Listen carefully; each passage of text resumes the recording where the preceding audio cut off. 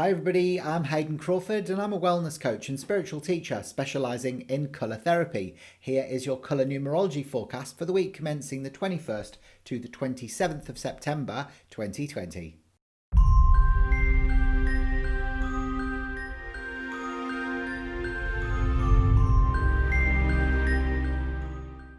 So we've still got the influences of Mars because we're in September. It's a 9-month and Mars is about doing and saying what needs doing and saying instead of being meek and mild and getting angry and frustrated. It's also very much about taking action because fire energy asserts you to move forward. We've also got, because September is a universal month, cycle 4, number 4 in the colour mirror system is Uranus, which is about change and disruption of old order. So when you put these two together, you can expect a fiery week of actionable change. Now, this is about an initiation that's taking place this week, which is going to move you beyond a current fear of betrayal within a relationship.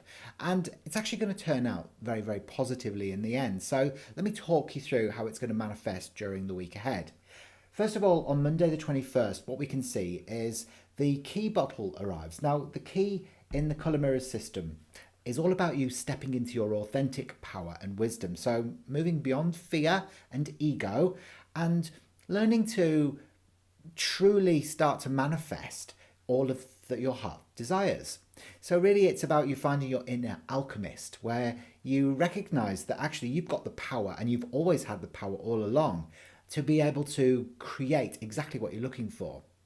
So the 21 is kind of, significant in a sense that the 21 relates to a coming of age of sort. When we reach the age of 21, we get the key to the door.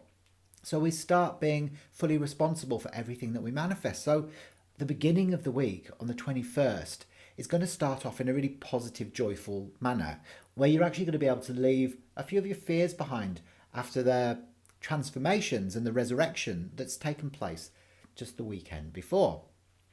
As we move into Tuesday, the forgiveness bottle comes in. Now this one is beautiful deep magenta over like rose pink. Now forgiveness is an interesting emotion really, or solution to guilt as an emotion, because when we hold on to anything that is detrimental to ourselves, then it will keep us in a very low vibrational state. And guilt is one of those lowest lying emotional states that you can possibly ever imagine, because it keeps you stuck.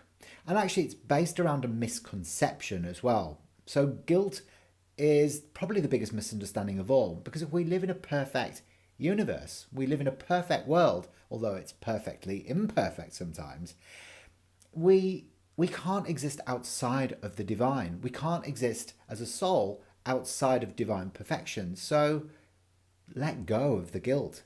Let it go. So on Tuesday, you might either have to forgive yourself or forgive a family member or forgive a significant other, such as a partner. When we move into Wednesday, we have the initiation bottle coming in, and this is basically a very dark blue. It's like a royal blue indigo over indigo, and an initiation takes place, which can sometimes be quite a struggle or a challenge to overcome. So Wednesday might have a lesson that needs to be learned, but rest assured there will be movement with this lesson. And you might not necessarily know what it is yet, but it will move you beyond where you're currently at into a different space. And actually this is all connected a lot with a releasing of guilt this week, because we've got a large magenta proportion within the reading ahead. We've got it on Tuesday the 22nd, we've got it on Thursday the 24th, and we've got it on Saturday the 26th. So 3 elements of magenta, which is about, the releasing and moving beyond of guilt that we might have stored within our subconscious or within our cellular memory. As we then go towards Thursday, we've got 24, bottle number 24, which is, it's called Love, Creativity and Magic. And it's basically a bottle which enables us to be able to take in all of the good things that we've achieved in our life. So, all of a sudden, payback time, all the hard work that you've put in along the way, it's going to start revisiting you and giving you the opportunity to enjoy it. However, on the flip side of that, it can also be about codependency in relationships. And that also is a theme that goes through onto the Saturday as well, on the 26th, where the partnership bottle appears.